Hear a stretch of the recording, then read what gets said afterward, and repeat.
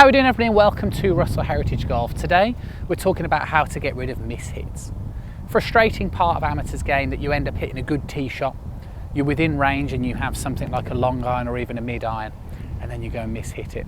Nothing more frustrating, and then that kind of frustration tends to carry itself in towards the next shot.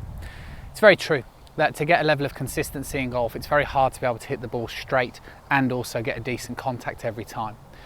Priority is potentially contact, really, because it is very difficult to hit the ball straight all of the time. But at least when you're striking it, well, it gives you confidence and it means you can start to work on other things. I would kind of make sure that you're getting a decent contact first and foremost. Potentially the things that are causing the discrepancy in terms of the mishits, well, the first thing that I would double check, because it's often, sometimes the basic things that are causing these sort of problems, would be the posture. Yeah, if you are excessively bending your knees and the spine angle ends up being too vertical, that's a common problem. Or if you end up being the kind of golfer that's sticking your bum out, so you're excessively kind of sticking your pelvis downward facing, that's going to limit your ability to be able to turn in posture. And you know what it's like, because your mates might go to you, oh, you're lifting your head. And then you'll go, well, yeah, I can see my head's lifting, I videoed it, but the question is why? And normally one of the main reasons would be lying in the posture. What you're trying to do with your posture is that you are trying to create a nice bend of the hip first. So see the way that my belt buckle goes very much downward facing, and my kind of spine stays as straight as it was in a dress. From there, nice shoulder width of stance, and introduce a subtle amount of knee flex just so you can feel like you're putting pressure in towards the ground. Keep the ball position relatively central. Okay, as well, that could just be that there's a case that maybe the ball position's deviating just because you're trying to compensate, and it actually can hinder you more than help. The main reason for the mishits would be, like I said earlier, because of things like you are lifting your head, right? But like I said, you've got to figure out why would you be lifting your head, and therefore the second point would be the backswing position.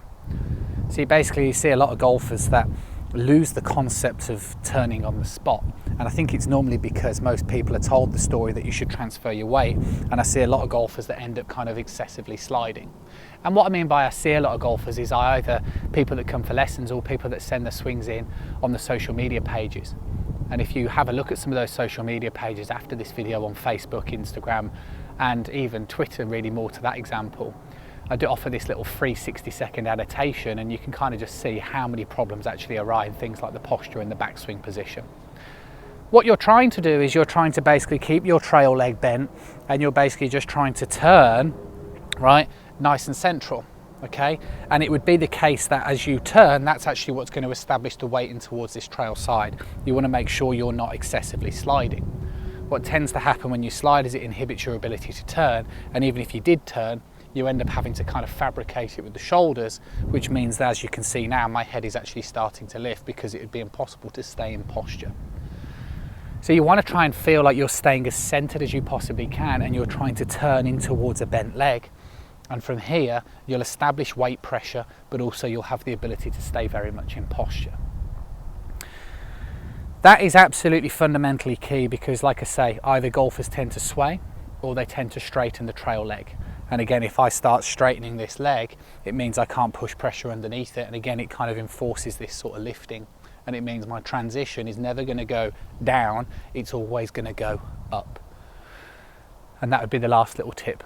It's like resolve your backswing position first, turn into this bent leg, and then from there you can get the feeling of the hips going down as you start to initiate this downswing. See the way the pelvis and my belt line go downward.